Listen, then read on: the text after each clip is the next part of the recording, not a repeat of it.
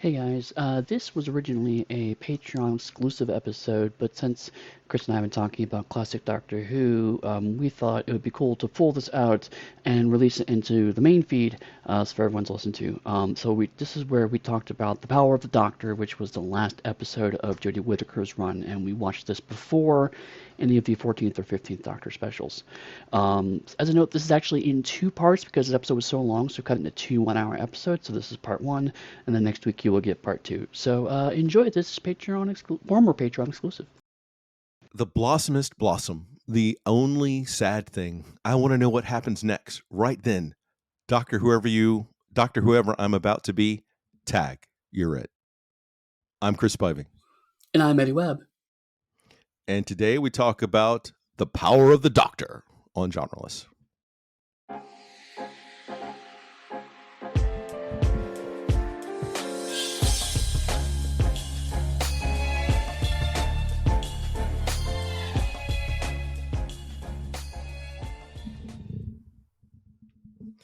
Feels really weird to be finally talking about Doctor Who on the show. Yes, I mean, we're not quite there yet. I mean, we've talked about if we're going to do Doctor Who, we're going to do Doctor Who proper, but this is a good, for a lot of reasons, this is a good actual kind of like encapsulation of it. So I will be interested to see if we can keep our discussion to under an hour. I do not think it is possible. Is that a gauntlet being thrown? No, because I have to edit this. Because I could wrap up in about 3 minutes and then be like, "That's it, I'm out." I don't think you're physically capable of not talking about Doctor Who for only 3 minutes. All right. So the reason that we decided to start, or I suggested the power of the Doctor, I think Eddie would have been good with almost any Doctor I chose, is that it is in fact the latest episode of Doctor Who. It's at a critical point for the show itself is going to be transitioning over to Disney Plus. So Disney will have Disney money to create Doctor Who content. Mm-hmm. We have two technically brand new Doctors, and I use the word brand new a little iffy for one of them. And then we have the new Doctor who will be showing up after the new old Doctor shows up. It's a weird time. It's a little timey-wimey. A little timey-wimey. But you're right. This is, in a lot of ways, the end of the second big era of Doctor Who, right? If you consider the end of the first big era being the classic series, you could argue maybe there's a couple of mini eras in there, but really kind of, started 63, ended in 80, whatever, 9, I think. You mean the Fox movie didn't garner its own era? No, that was simply a mistake that had one good actor and the rest is consigned to the bin. The Paul McGann audio adventures were exceptional. Paul McGann is the one thing that good came out of it. Yeah. I love Paul McGann in audio. I would do an entire Genreless episode about the Paul McGann audios because they're fantastic. But we could do the Whitnell and I though podcast. If you remember seeing that movie. I do not. It's early Paul McGann. Oh man, that would be a lot of fun. And I will only say it's a movie. It is definitely a movie that exists. Okay, good to know. But yeah, the second era is kind of like 2005. In my mind, it's 2023. Again, you could possibly divide up sub eras in there. But with Russell T Davies picking up the reins again, and like I said, it's Disney is now involved.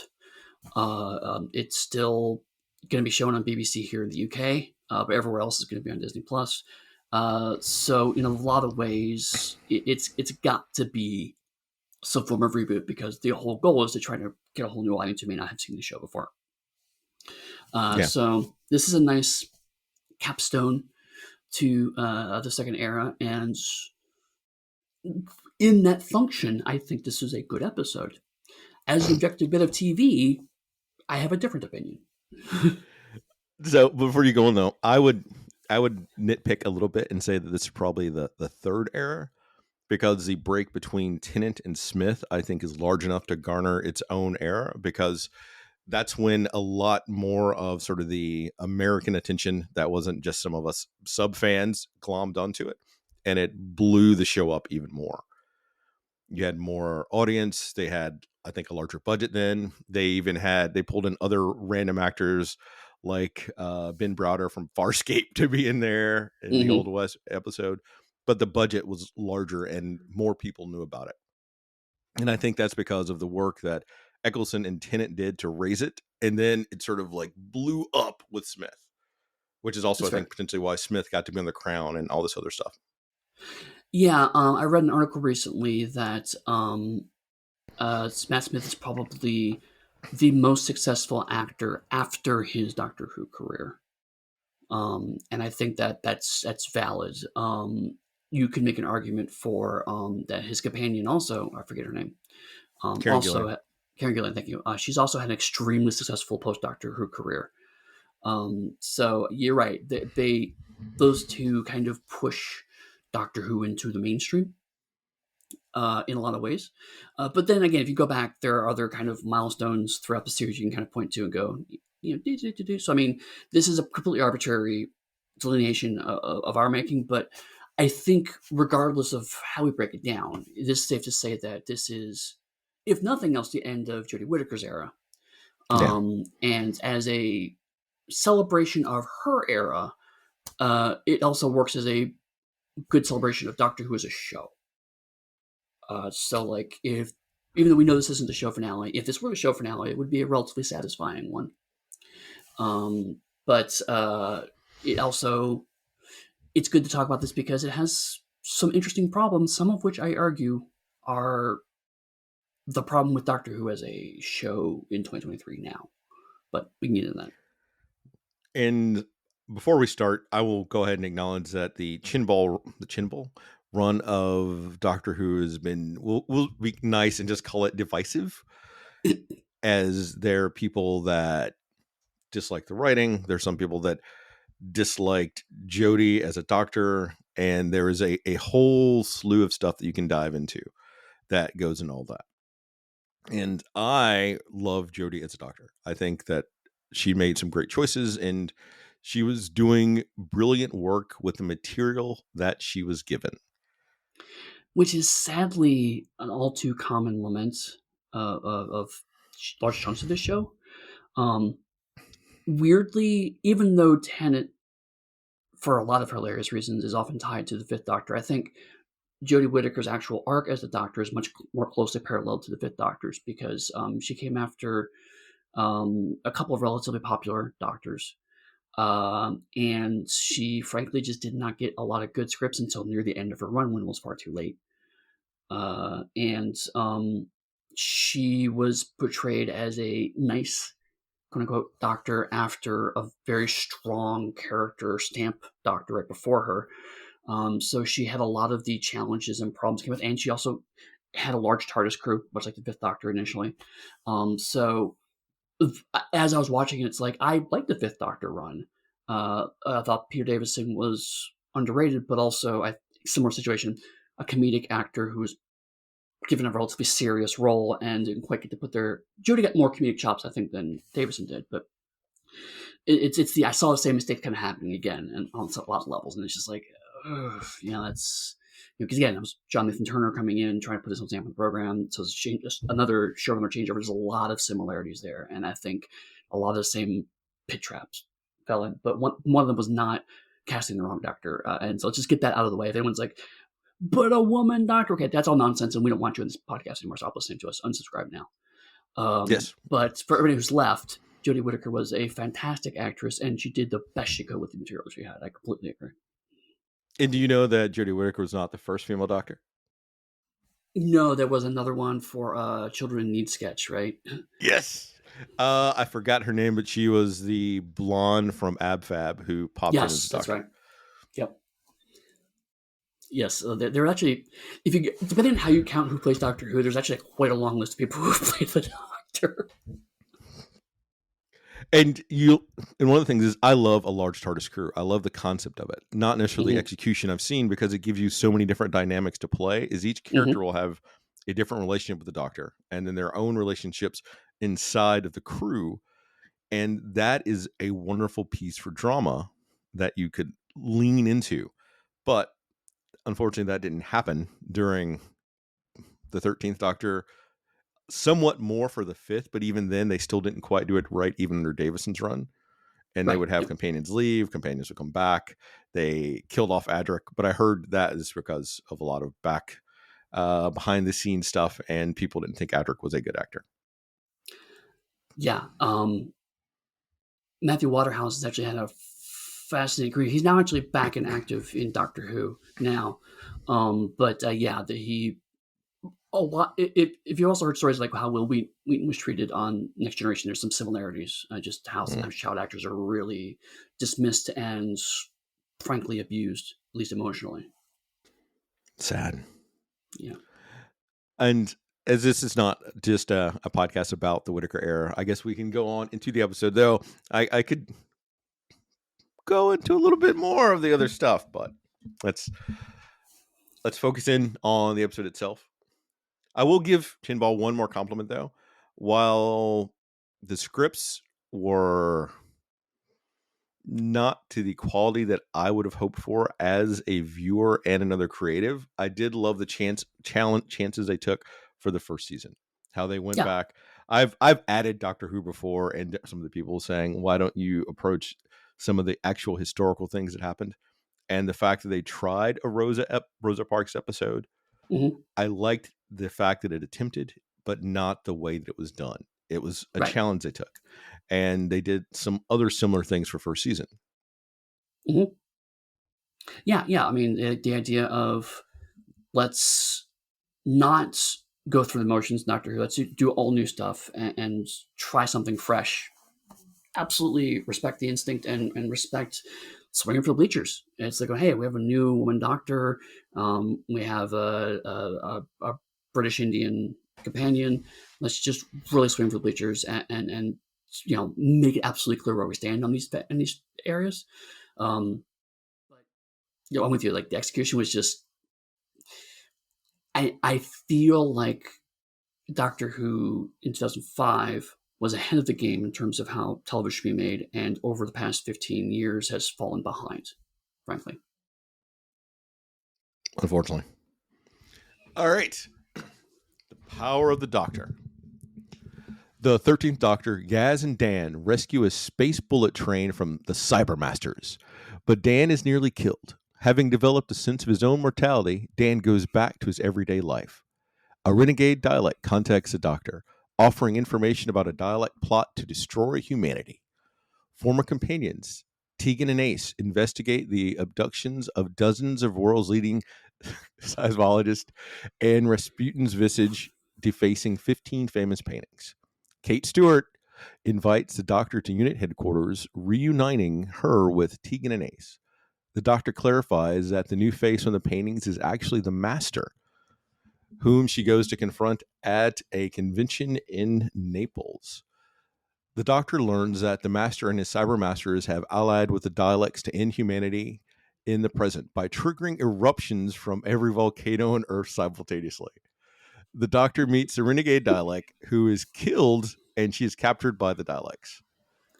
Unit arrests the Master, who quickly escapes with the help of the Cybermasters, who he tricked Tegan into bringing into Unit headquarters.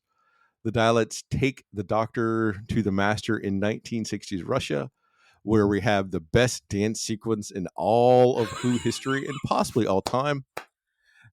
The Rasputin Master then uses Gallifreyan technology and an enslaved energy being from the space bullet train to force regeneration.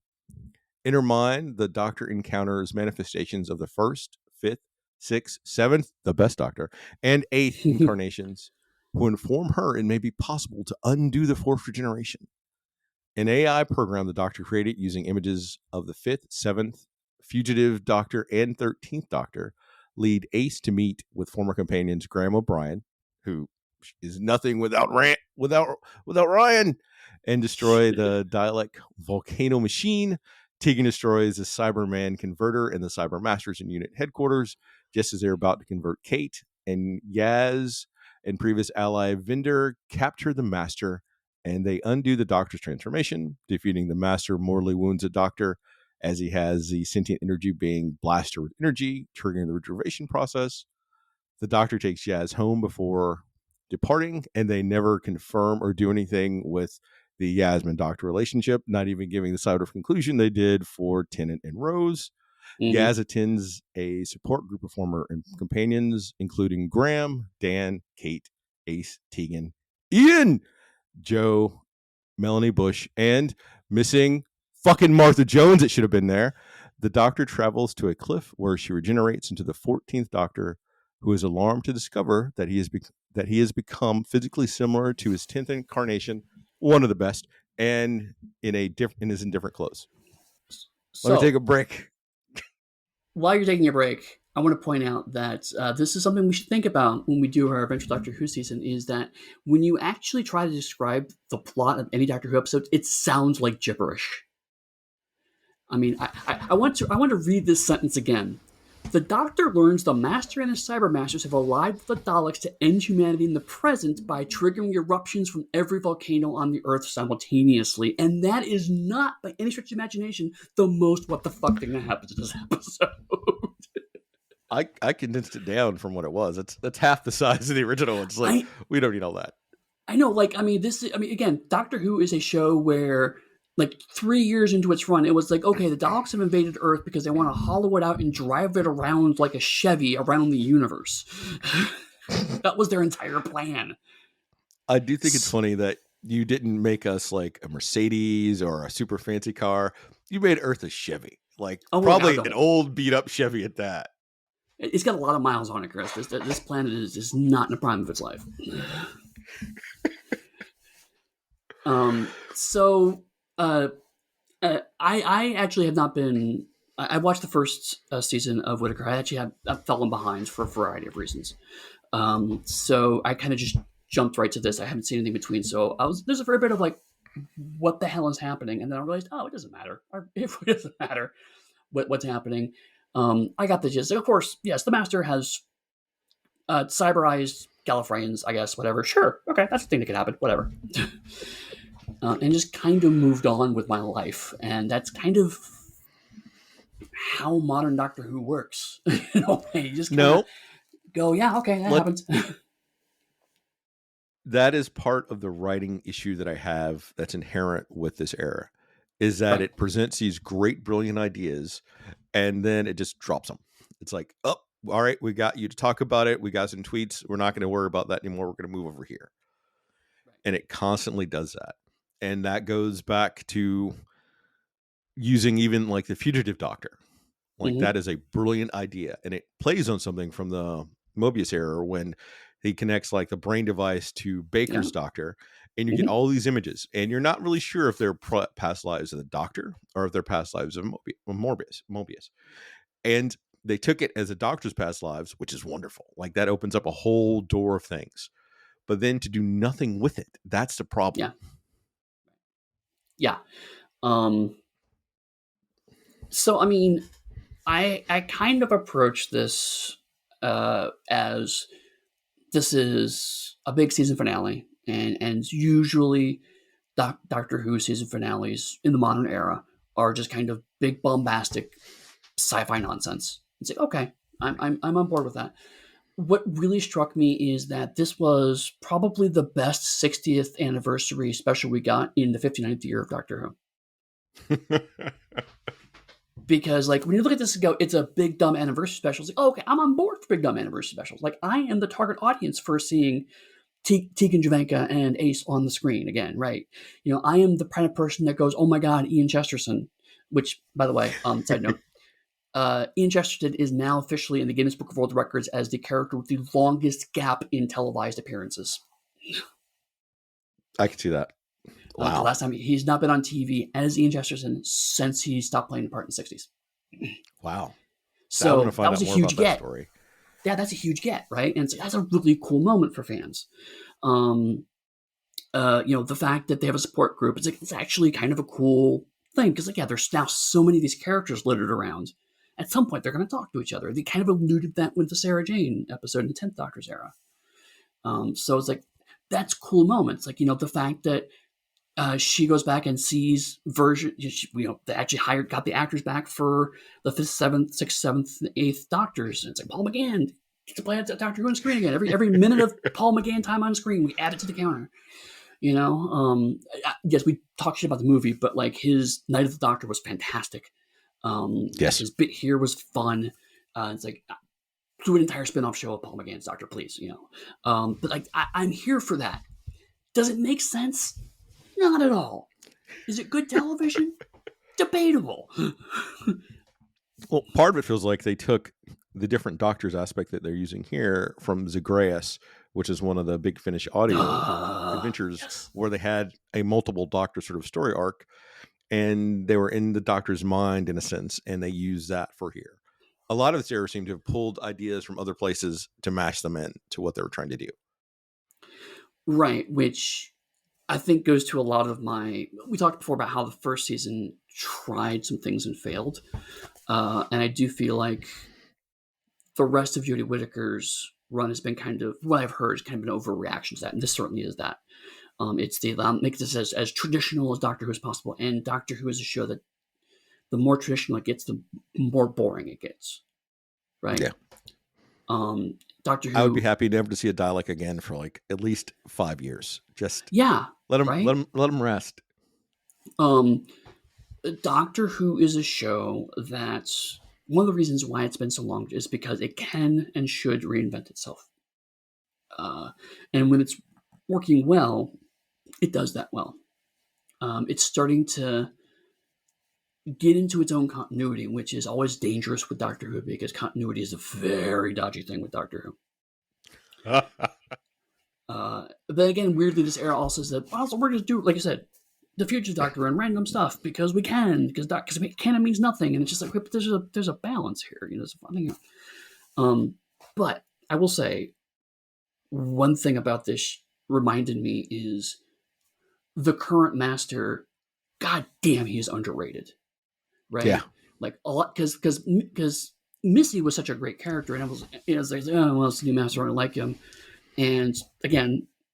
It's a brown skinned master, and so people are like, it's just like, but he's genuinely good. It's like, I need you to dress up as Rasputin and dance to a modern day music while telling the Doctor you're going to kill her. And he's like, cool, got it, done. And just nails it. And it's like, modern day. Don't get me wrong, I could sing you some Rah Rah Rasputin right now, but modern day compared to 1916. 1970s. So I was born in 74, therefore it is modern day. Wow. What's it like to be so crusty, my friend? Well, when you get to be my age, you realize that things are falling apart and the only friends you have are the people you talk to on podcasts. I wouldn't know anything about that because I am a spry youngster born in 1975. So you old fogies. Youngins.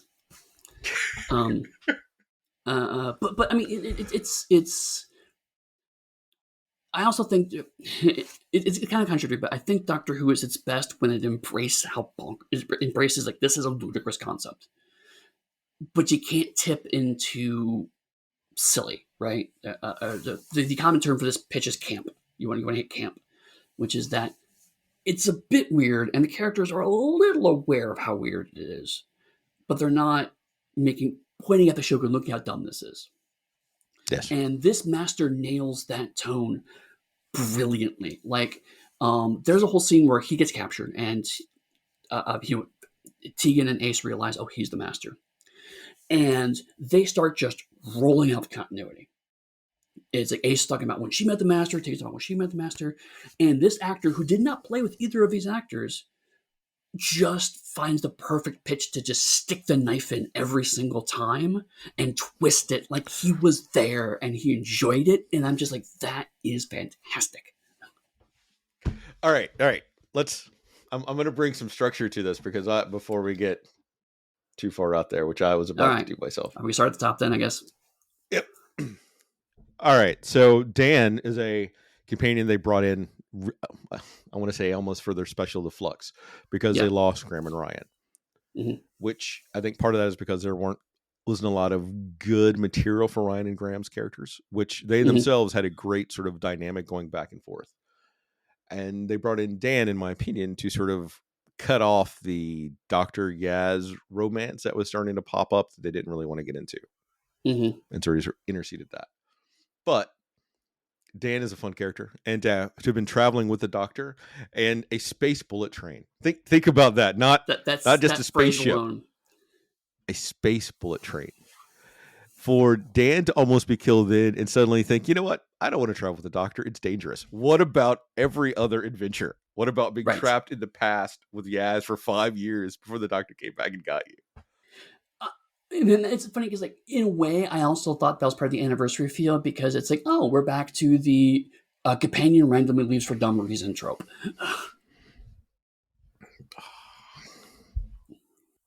And you mentioned the Cybermasters. Well, so in The Timeless Child, the Master more or less takes the Gallifreyans and turns them into cyber people. Sure. It's a whole thing. I don't want to get into it. Part of me hates this concept, and part of me loves this idea, because I like cyber. I've loved the Cybermen since their first arrival on Telos with the second Doctor. Yep. Like the Tomb of the Cybermen is an episode I still go back and watch. There's some problematic parts, but it is a great encapsulation of that horror for the Doctor and everything else. That Cybermen are a greater horror threat to me than what Daleks are. Great. And for them to be able to, for you to kill them, which is already hard, but then for them just to come back moments later, brilliant. Mm-hmm.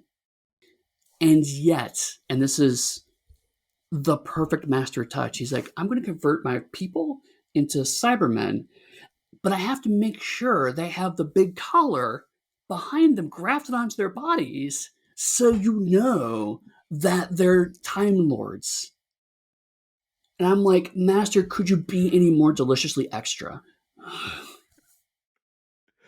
But it's that visual cue that makes it work. So then you know that they're Gallifreyans, and and that goes back to touching on the history of the show, because in the 70s, when we really got to run around Gallifrey and a little bit of the New Adventures, we saw all those high collars of people on the council doing all those things, and it gets to bring that imagery back, and it helps reinforce you that even though it's new, it's still old. Yeah, and to me, that's when Doctor Who's doing his continuity right. It's a little touch that if you don't know the reference, that's fine. It doesn't matter. If you do, it's a cool moment. But it is actually serving from a structural standpoint. Serving thing, it differentiates these Cybermen from other Cybermen. There's a visual cue to the audience because it's a visual medium. Going, these guys look different. They do different things, and they come back from the dead. Okay, that's the cool thing they do. The fact that it is the visual cue is this completely unnecessary thing is just that level of camp, right? It's like, it's silly if you think about it, but it's also cool because you know the reference. So it's like, it's not quite absurd, but it's just on that line, because like, when I saw it, I swear to God, when I saw it, I genuinely laughed. I'm like, that is hilarious. And it undercuts the tension of the scene. But again, like, the characters and the acting help to kind of bring that tone back around, because boy, howdy, the script was not doing anything on that front. So that makes me, it's an interesting question. It makes me have an interesting question then, for at least in my opinion. Is the show still targeted at children, how it was originally aimed to be when we first started? I think so. I think one of the reasons why that tone exists is specifically to kind of help children, right? Because, like, again, if we're talking about okay, well, these robotic monsters have high collars. Oh, they do different things. A kid can recognize that reference and do that. I think a lot of two things. One, I think a lot of Doctor Who ultimately just hit on the, does a kid find this to be the right level of scary? Because that's really where peak Doctor Who is. It's a little scary. Not so scary you traumatize children, but a little scary that they have fun being scared. And that's a thing that actually can happen. Secondly, is I think kids are way smarter about connecting dots than adults often give them credit for. Yes. So the argument of kids don't get continuity, I just objectively find to be false. Because I've been a kid, and I watched Doctor Who as a kid, and I know the stuff that was stuck in my head. So, did you ever hide behind the sofa from the Daleks? So, because I heard that's a big thing that kids did. The only reason why I haven't is because my couch was pushed against the wall. But honestly, the Daleks didn't scare me. It was the oh, the fish vampires from the Seventh Doctor's era, the Hemivores. Ah, They oh, scared the crap out of Hemivores. me. That was almost an episode that we talked about because that is some Yeah, yeah. peak who. Uh-huh. So we have them. They reach to the best of our knowledge at the time, they reach the child, and you see the cybermasters actually escape with the child before the doctor can save her. And they give a callback line, I want to say, from it was either the ninth or 10th Doctor, where they say the doctor lies after she says she's going to save her. So that was a nice little nod back to something that was very recent and not overly powerful and overly stated. Mhm. I am curious how the cybermasters knew the line, but that's me getting to like the nitpickiness of my brain compared to just like enjoying that moment. Because Time Lords? They are all powerful. Right. Except for when they're not. Anything else on this before we keep moving on? No, let's get to Tegan and Ace. When Tegan actually showed up on screen, I smiled, and when Ace was on screen, I gave a hearty laugh, and it felt good. Like that is the ultimate Yep. amount of fan service. Yep. It's 2 on my fan service meter. We're gonna hit 1 shortly, but like that was number 2, and I was watching it with Jill, and she was watching me more than she was watching the show from the excitement I had about seeing it on screen. Absolutely. It was great. Partially because I have always felt that Tegan was an underrated companion. I mean, obviously, you and I are both big, huge Seventh Doctor fans. So Ace is the kind of that good childhood. Oh yes, that's the person I love. And she was pitch perfect Ace. I mean, it helps that she's been playing Ace on audio for 20 years, so she never left the character. So she brought a level of nuance to the portrayal that I think a character who had come back much rustier may not have brought. But Tegan always kind of get portrayed as just kind of a shrewish, kind of bitchy woman. And it was nice to see kind of a lot of redemption of that. Like, no, she's a genuinely smart, courageous character. And we get to see a lot more of that here. She's also hilariously biting wit. And and again, to see her use that was fantastic. But I mean, I'm with you. The little kid in me was like, "It's Ace, and she's blowing stuff up, and she has a baseball bat! Yay!" One of the things that I am disappointed that never happened though is it's called the Cartmel Master Plan. I don't know if you're familiar with it. Yes. Mm-hmm. And it feels like a lot of the stuff that happened during this run pulled bits and pieces of that and ramped it up from an 8 to like a 13.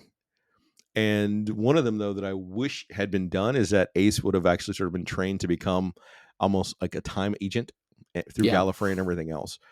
And her character would have been exceptional, which part of that happens in the audio adventures to some extent in some other media, but Yeah, she's part of the Gallifrey series, which I generally recommend. The Gallifrey audios are great because it's a great kind of West Wing meets Doctor Who series. Ace again kind of gets short shrift because there's some weirdness in the middle of that run that she ends up getting kind of being the epicenter of. But this is another, I think, good example of showing that she is always been a smart, capable woman.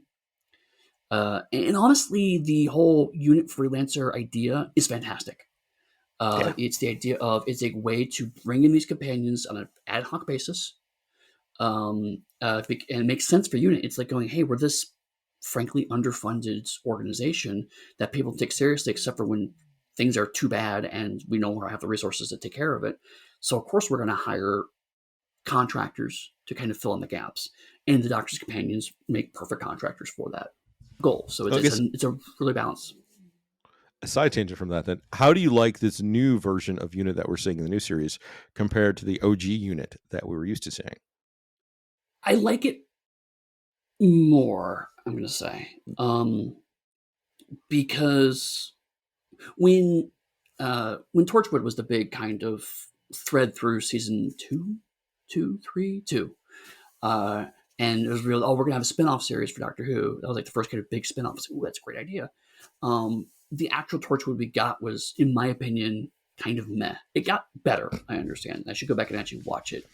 But there was way too much kind of let's be edgy for edgy's sake because we're adult now.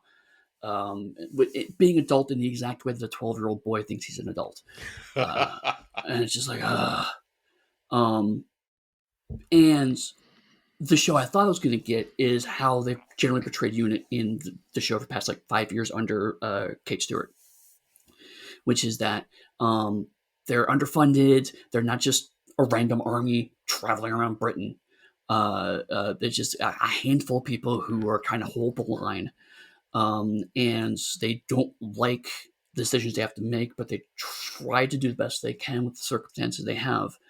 I dig it, and also one of the things I actually love about Doctor Who is kind of by accident is that throughout its years, the Doctor has generally taken on female companions, and we could talk about the gender disparity about that, whatever. But the opposite of that is that when you have a Doctor generally has more than one companion, nearly all of them are women, which means after 60 years, you have a lot of female characters with a lot of experience sitting around. And so you end up with something like UNIT, because in this episode, every single human character who had agency in this show was a woman. And Doctor Who is one of the few shows that can pull that off, and there's no agenda behind it. Like, no, it's just these are characters we've established, and we're just bringing them back. Kate Stewart's just the daughter of this original character, and but they're always finding new ways to bring more people in. The fact that I'm glad that Russell Davies is also trying to bring in non-binary people to kind of continue to flesh that out. But it's nice to see that, like, top to bottom, Jodie Whittaker was not load-bearing in terms of female representation. Most every character on the show, except for the Master, was a woman. And all of them were interesting characters. So from that front, amazing, right? I love it. Now, I could get into then the other optics associated with that, though, is that it is great to see all those female characters with agency kicking butt, and we know who they are, and we're rooting for all of them. And then the antagonist is going to be a person of color. Sure. And the lack of people of color on the good side. Right. No, I agree. That is because, I mean, the downside of all this is that Doctor Who is real goddamn white. And you could say historically, but the answer is real goddamn white, full stop. It's, you have Martha Stewart, you have a couple other characters here and there, but not a significant amount. Even when they were brought on, they were treated badly. Right. So yeah, having a bunch of white people throw a brown person in jail for political actions. Some atrocious actions, I'm not going to lie, but still. Sure. Although I would like my own tissue decompressor, but that's a different discussion for a different podcast. That'd be Chris's Villains Corner. That's such a dumb weapon. That is, all right, this is a real argument. That is the best weapon in the world. I'm going to point a wand at you and you turn into a doll. I mean, it is a great way to save special effects money. That's for damn sure. Yes, but it is also brilliant. You're effectively, well, I think they changed it for the new version. I think you can change people back, but originally, when you were shrunk, you were dead. There's no other conversation about it. But you've effectively dispatched your opponent, and you have something that's easy to hide and easily overlooked, or to be left out in the open to terrorize the other people that you're coming. That is brilliant. But again, like it's exactly the right level of bonkers, right? It's like this is a show where the lead character's main weapon is a screwdriver, and it's like that doesn't affect wood. It doesn't affect wood, and the lead villain's weapon is I turn people into dolls, and it's just like it's. I do love it, but it is. I say it's a dumb weapon in the best possible way. It's the. Nobody has like just a laser pistol, right? And even the characters do have laser pistols. Well, I was going to say, the people who do are kind of mocked by the rest of the cast. It's like, oh, you have a laser pistol. Ooh, that's so special. People with laser pistols are generally the least effective characters. Like the Badoon. It's like, okay, we have big space rhinoceroses with giant guns that we can't actually shoot anything with, and it's just like it's seen as just ludicrous, You've which got is to say it though. amazing. You've mentioned them. You have to say the whole line now What? from the 10th Doctor when Martha shows up. Do you know it? I don't remember it. The platoon of Jejune on the moon. Oh yes, yes. I only know it because I showed that episode to Zora a month ago, so that's the only reason I remember it right now. Wow, I haven't seen it forever. So Kate calls the Doctor, and I say in the synopsis, reuniting the Doctor with Tegan and Ace, but it is more of an ambush of the Doctor with Ace and Tegan. And that exchange is probably one of the most powerful things in the entire episode. To know that all these people have had amazing, wonderful journeys with the Doctor, but the Doctor doesn't usually say goodbye. The Doctor just drops you or leaves or vanishes. Like as amazing as the moment was when you were picked up to go on this incredible journey, to then just be left to figure out how to deal with it yourself.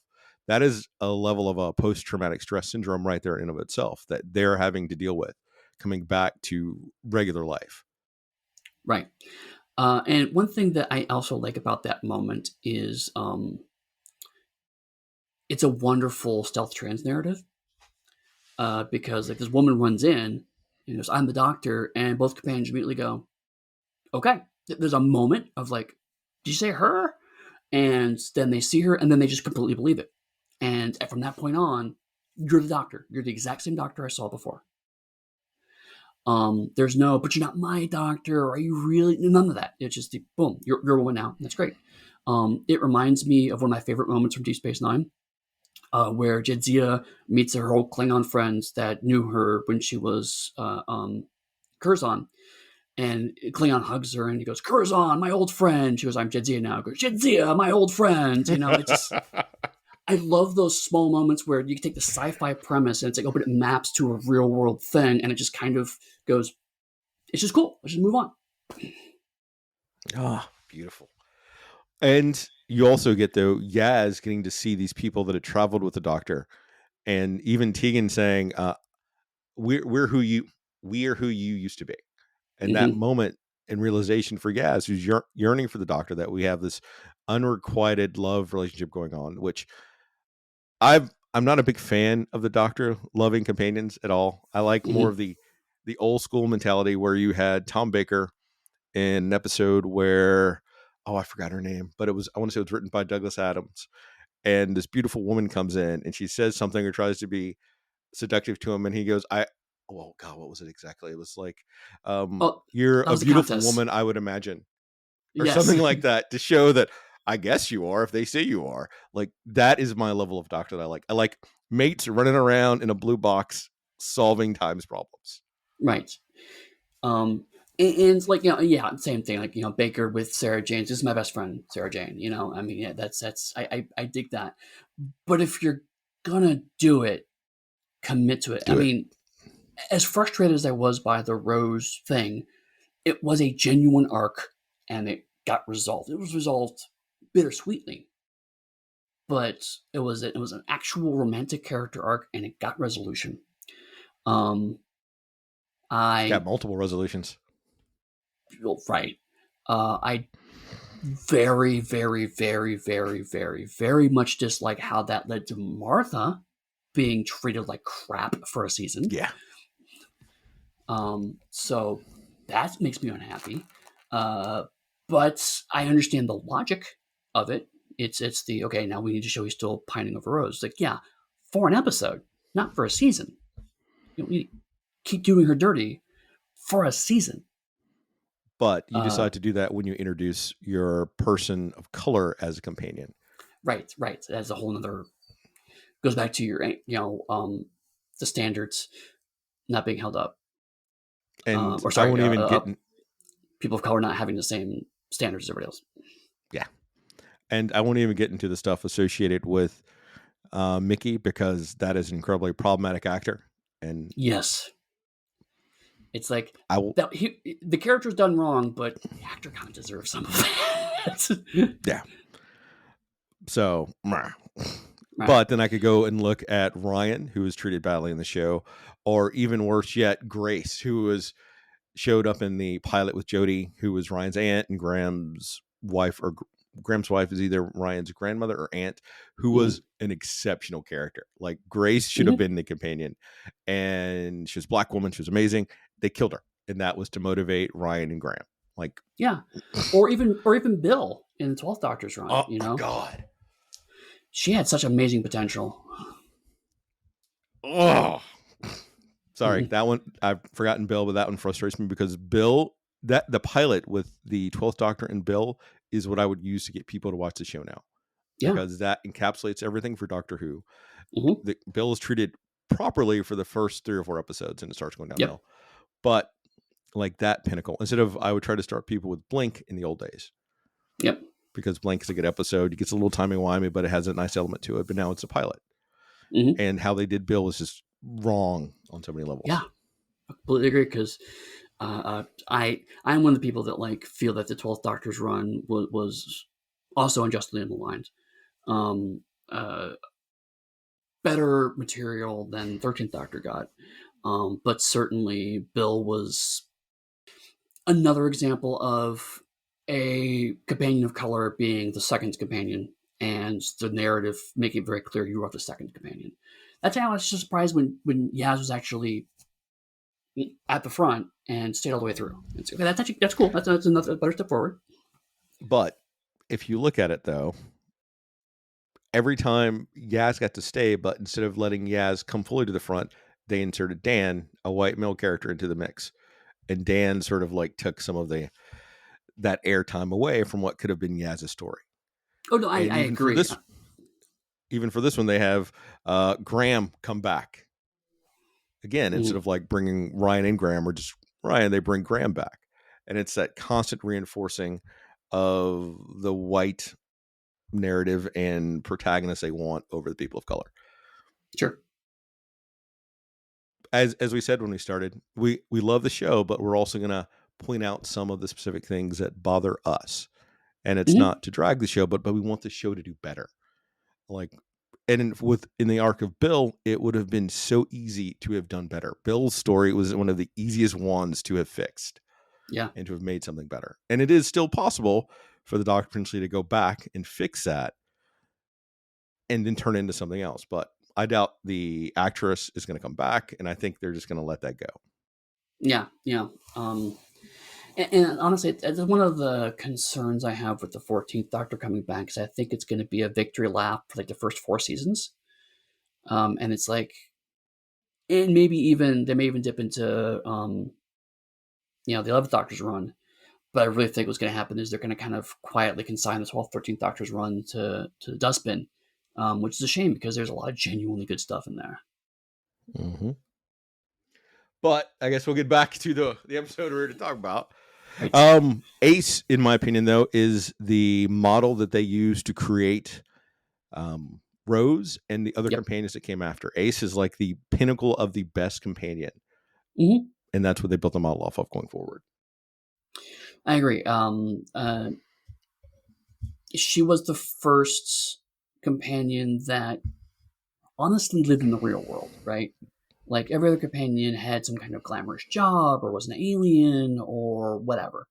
And even like the very first companions, from a 1960s perspective, were Barbara and Ian were probably closer to Ace than anybody else, because they were just school teachers. But there was definitely a large one where every companion had to be interesting and quirky and weird. Tegan, yes, she was just a stewardess, but also that was a certain level of glamour associated with that position. Well, was she ever a stewardess? She kept trying to get to her job that she was hired for. Did she ever really get to be a stewardess? We hear this Tegan joke that she did it. She was allegedly a stewardess. Hey, there was a point where she actually was dropped off, became her stewardess, realized she hated it, and then the Doctor came back and picked her up and traveled with her again. She's actually one of the rare returning companions, if you recall. Yeah, I'm trying to think of who else there would be. Pause podcast for 30 minutes to do research. Right. I'm quickly going through my head. I'm trying to think who's actually gotten off the TARDIS for an extended period of time and come back. I mean, you could argue Rory. because there's a whole like the whole thousands of years of waiting bit. That was the same, like almost the same episode. Tegan was gone for an episode or two. Right. And back then, and I say episode or two, there were like 30-minute episodes, so that would have been about what, 10 episodes before she came back, unless they aired them all as like as a 1.5 or 2 hour bit. Right. So yeah, she might be the only one who actually got off and come back on TV. But again, like it's the Ace was she came from an estate, you know, she was just a loudmouth kid, but she's a loudmouth kid that had a certain air, a certain heart of justice, and a certain head for chemicals that the doctor saw the potential in her that nobody else did. Granted, her introduction was super weird. Yeah. She blew herself through like a time hole into space. Right. And we don't see any of that. It's just like she just shows up as a waitress in a space station. And it's like, I'm actually secretly from Earth 1888. And it's like, oh, okay, come with me, I guess. It was super the more awkward. we do this and we just ramble about Doctor Who, less about the episode, just about Who in general, I think we're going to have to move up our Doctor Who thing on our list of seasons. Oh, no. Don't make me do it. It may be the next season. Anything else about this moment other than the fact that when you were mentioning talking about how this master interacted with Ace and Tegan, he brought up Tegan's aunt who he had killed with the greatest weapon in the world. And then Tegan had a jab back for him, or Ace's jab, about how last time she saw him, he was half cat, and he got to joke back. Everyone's allowed to experiment. Like that chemistry is magic. So good. So good. Oh, all right. We'll move on. I won't even look at my note sheet. Let's just enjoy it because we're almost the hour marker. At least in one version of this podcast. Timey-wimey. So blowing the up master's Earth by plan. triggering every volcano. Let's talk about that. Yeah. Yes. Oh. But so, all right. But tangent to that plan. Why does the master have to be Rasputin if their plan is just to blow it up in modern day? Because reasons. I have no clue. I have no clue why that happened. Why the whole subplot even occurs. They could have their little Fortress of Solitude somewhere out in like Antarctica or Alaska, modern day, to do that without the master being rah Rasputin. Right.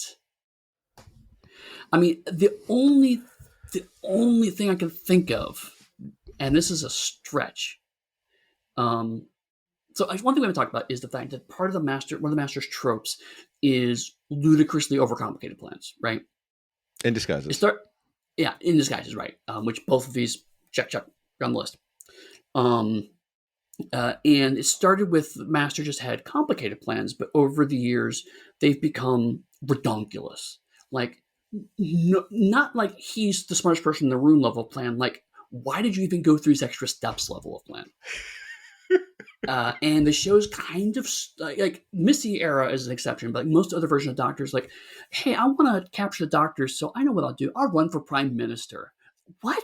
You know, this is the level we're talking at, and so like my mousetrap, Cold Ruberg, master plan probably is that I want to lure the Doctor to 1916 to steal her regenerations. So if I threaten the Earth now, she'll go back to try to find out what caused that to happen, and that will lead her to my trap in 1916. And it's like, but you had a whole thing about you're putting your face in the paintings? That should have been all you needed. The volcanoes is just extra. Yeah. But why is Graham in the tunnels? Like, we don't get Graham's investigation. All right, I won't jump to Graham quite yet then. So that's the plan, is to kill a whole bunch of seismologists and track the Doctor to then flood the Earth with lava. Got it. Like, that is sure a plan. But to also be captured by UNIT is part of the plan too. Right. Which is also a trope of the Master, is frequently captured by UNIT. Intentionally. Right. And turns out that that being captured by UNIT was part of the plan all along. To the point where the episode kind of squirts up to that a little bit. Like, they didn't actually say it, but I was waiting for them to say something about it. But I think the master did make a passive reference, like, oh, captured by unit, kind of like looking around. I mean, so it's like he's clearly, this has happened before. But it's again, it's one of those things like, if you're just watching his TV, it's like, what is happening here? But if you go, oh, this is the master, and it's like, okay, it's not bad writing, it's the master is nuts. Then, so from the new masters, then, would you're saying he's a bit much, but where would you rank him on par? Not with Missy, because Missy was a genius and just clever and spot on with everything that she was doing. Yep. So how would you compare him to Sims' master? It's maybe controversial. I actually like him better than Sims' master, mainly because Sims is good for like one episode, in my opinion, and I sour on him pretty quickly. Yeah. I don't think he's as great of a master as everyone else believes him to be. Agreed. I feel like I wish I could remember the actor's name. I feel so bad that the guy playing the master now. But I feel like he's doing all the bits that Sim did, but a little bit better. Because again, I agree, Missy probably hands down my favorite master for a lot of reasons. But this guy's number 2, maybe number 3, because I go back and forth on Roger Delgado. I feel Delgado, sometimes I put him in number 2, sometimes I put him below this. He's the very original master. He set the template. Some episodes he's fantastic, some episodes he's garbage, and it's just kind of a mix of it. What about Anthony? Oh, what's his last name? Anthony Ainley? Yes. You mean the Roger Delgado cover band? No. If you're not a doctor, if you're not a Whovian, there's probably some deep cuts that you're not getting. So please go back. This is just for us. Watch some third Doctor and a little bit of the 5th Doctor, or late 4th Doctor. I mean, I will say Ainley does get better when they use him less. But when Ainley was in every goddamn episode of 5th Doctor's run, it's like, stop. Just stop. You're embarrassing yourself.